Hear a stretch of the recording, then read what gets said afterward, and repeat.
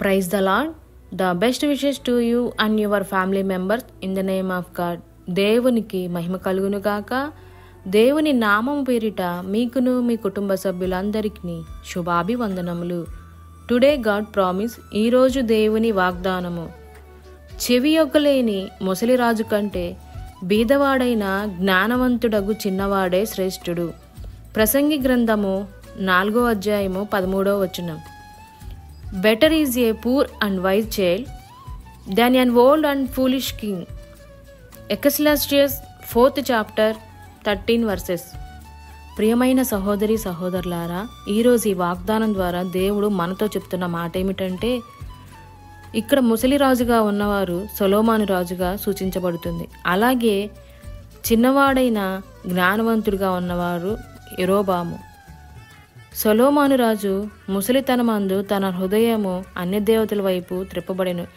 దేవుని యందు నిలపక ఎప్పుడైతే తాను అన్య దేవతల వైపు తిరపబడినో, దేవుడు ఒక ప్రవక్త అంటే అహ్యా ప్రవక్త ద్వారా యెరోబామును మార్గంలో కలుసుకొని తన వస్త్రమును 12 తొనకలుగా చింపి యెరోబాముకు 10 తొనకలు ఇచ్చాను.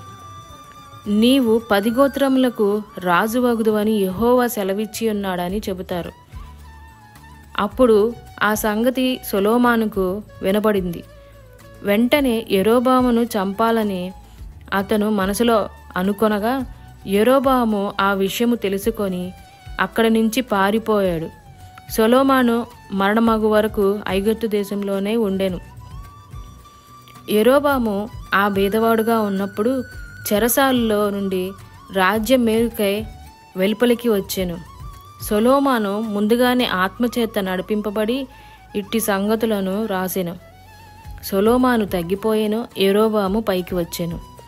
ఈ విధముగా దేవుడు బీదవాడైనప్పటికీ యెరోబామును ఎలాగ హెచ్చించాడో, అలాగే హెచ్చించబడిన రాజు అనగా జ్ఞానము కలిగిన సొలొమోను చివరి దశలో ఎలాగ తప్పిపోయాడో మనకు తెలియచేస్తుంది.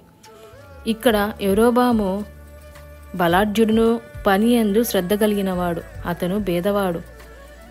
కాబట్టి ఈ వాగ్దానం ద్వారా దేవుడు మనతో చెప్తున్నది ఏమిటంటే, మనము కూడా మన జీవితంలో మన చివరి స్థితిలో ఎలాగున్నాం, మన హృదయ స్థితి దేవుని యొద్దనే ఉన్నదా లేక తప్పిపోయినదా, మనము ఎల్లప్పుడూ పరీక్షించుకోవాలి.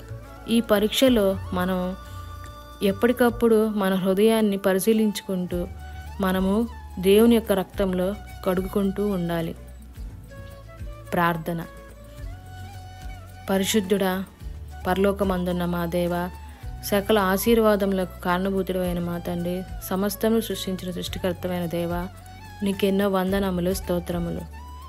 ఈరోజు ఈ వాగ్దానం ద్వారా మాతో మాట్లాడినందుకు మీకు వందనములు తండ్రి.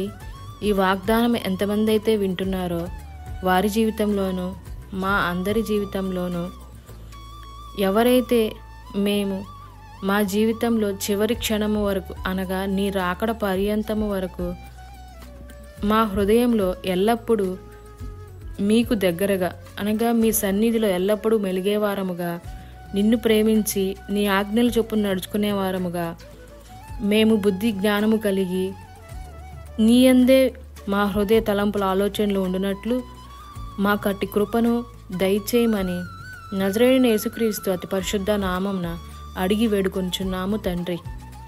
ఆమేన్.